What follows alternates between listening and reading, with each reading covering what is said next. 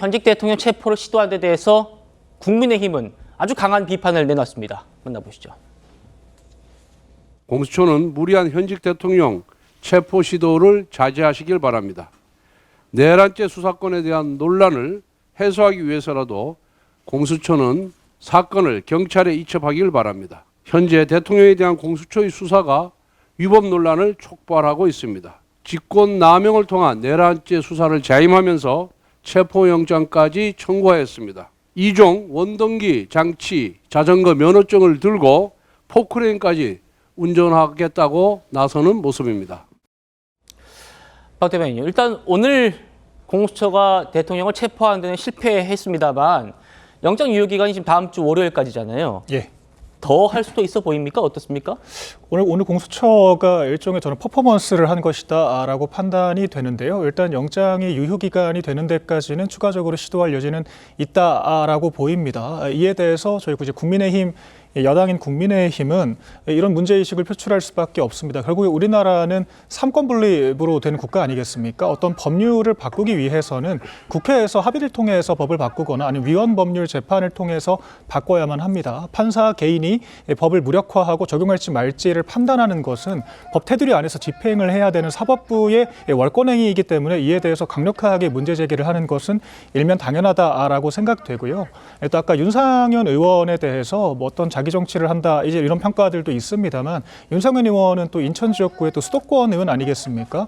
자기 정치적인 욕심 때문이라면 굳이 이렇게 좀 확장성이 줄어들 수 있는 집회를 자발적으로 나갈 이유가 없다라고 생각합니다. 저희가 이 박근혜 전 대통령 탄핵을 겪어봤기 때문에 이 탄핵이라는 문제 해결 방식이 과연 국가적으로 바람직한 결과를 가져올 수 있느냐에 대한 문제의식의 발로다라고 저는 생각을 하고요. 실제로 이제 문재인 정권이 집권하자마자 보수 진영 전체를 악마화하고 심지어는 관료제 내에서도 적폐청산 TF를 만들어서 관료들에게도 정파성에 대한 책임을 묻기 시작했습니다. 그로 말미암아서 관료제가 정상적으로 작동하지 않고 관료들이 정권에 항명하는 식의 이런 문제들이 지금도 벌어지고 있는 것이거든요. 그렇기 때문에 이게 비상계엄이라는 문제인식 또 우리가 숙지를 해야겠지만 이제 그에 상응하는 해결책이 과연 탄핵이란 방법밖에 없는 것이냐에 대해서 이견이 있을 수 있고 이제 윤상현 의원이 이제 그런 측면들을 주장을 하고 계시다. 저는 이렇게 평가를 하겠습니다. 예. 윤석열 대통령 측은 지금 공수처가 발부받은 영장은 헌법 위반이다라고 얘기를 하고 있지 않습니까? 특히 이제 형사소송법 110조, 111조의 적용을 배제한다라고 쓴 서부지법 이준영 판사의 그 문구를 넣은 걸 지금 문제 삼고 있잖아요. 현직 판사들도 논란에 가세했습니다. 그래픽 보여주십시오. 자, 지금 부산지법 성금석 부장판사가 판사와 법원은 입법을 하면 안 된다. 자, 그러니까 이 서부지법 이준영 판사가 입법 행위를 했다라는 취지입니다. 자, 그리고 이제 법조계 A 판사는 판사가 특정 법 조항을 배제한 전례를 찾기 어렵다 이런 얘기를 하고 사법부의 역할을 범위를 벗어난 것이다 이렇게 또 얘기를 하고 있습니다. 정학진 변호사님. 네네.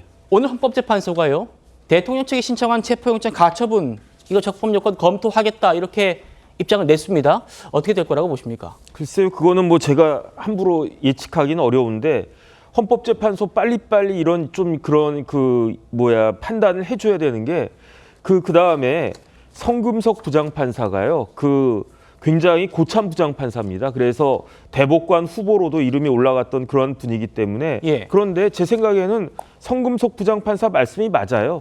판사는 이미 있는 법을 해석하는 사람이 그게 판사지 그 법 규정에도 있지 않은 것들을 스스로 창조하는 거는 그건 법을 갖다 바꾼다는 거 아니겠습니까? 예컨대 그 형사소송법 110조에 군사상 비밀 요한 장소의 책임자 승낙이 꼭 있어야지 수색할 수 있다. 이렇게 딱 되어 있는데 만약에 여기에 대해서 판사가 그럼에도 불구하고 내가 발부하는 그 수색영장은 그 책임자의 승낙이 없어도 수색할 수 있다. 이렇게 이야기하는 거는 이건 형사소송법의 규정을 바꾸는 거잖아요. 형사소송법 규정 바꾸는 거는 국회의원들이 할 일이지 판사가 할 일이 아니다. 그러니까 비판을 받는 것이다. 저는 이 말씀을 드리고 싶습니다.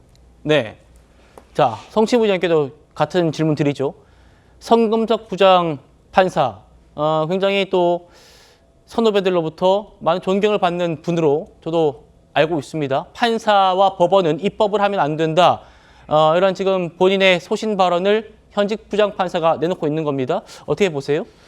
글쎄요, 뭐 법조인들, 저는 비법조인이기 때문에 법조인 분들의 저런 다양한 의견 개진은 당연히 있을 수 있죠. 왜냐하면 이견이 있는 거에 대해서는 전문성을 갖고 있는 분들이 저렇게 다양한 의견 개진을 해서 합의를 찾아가는 과정은 필요하다고 생각합니다. 저는 근데 이 내용이 그러니까 영장을 발부하는 판사가 이런 110조 특정 조항에 대한 무력화를 할 수 있는가에 대해서 지금 헌재로 지금 내용이 또 넘어가 있거든요. 근데 헌재가 어제 밝힌 내용에 따르면은 이거에 대해서 적법 요건을 갖추고 있는가 등등에 대해서 지금 다양하게 빠르게 심리를 하겠다라고 지금 입장을 밝혔기 때문에 저는 이게 뭐 당장 뭐 하루 만에 나올 수 있는 거 아니고 며칠 뭐 내지는 뭐 1, 2주가 소요될 수도 있지만 그렇게 된다면은 저는 지금 공수처가 이번에 그 청구받은 체포의 영장이 기한이 만료되면 아마 재청구할 거라고 봅니다. 그럼 재청구하고 또 발부받고 하는 시기 동안 정도라면은 헌법재판소의 판결이 나올 겁니다. 그러면은 헌법재판소의 판결에 따라서 이걸 해도 되는지 안 해야 되는지가 판가름이 날 것이기 때문에 그때쯤에는 이거에 대해서 명분으로 뭐 들어갈 수도 있고 아니면 막을 명분이 없어질 수도 있고 저는 그런 논란들은 뭐 저런 다양한 의견들을 낼 수는 있지만 결국 대한민국에서는 그거에 대한 판단을 할 수 있는 것은 헌재에 있는 것이다. 예. 헌재가 판결을 곧 내릴 것이다라는 말씀드리고 싶습니다. 알겠습니다. 현재가 지금 결정을 해보겠다라는 입장 밝혔기 때문에 좀 지켜보도록 하지요.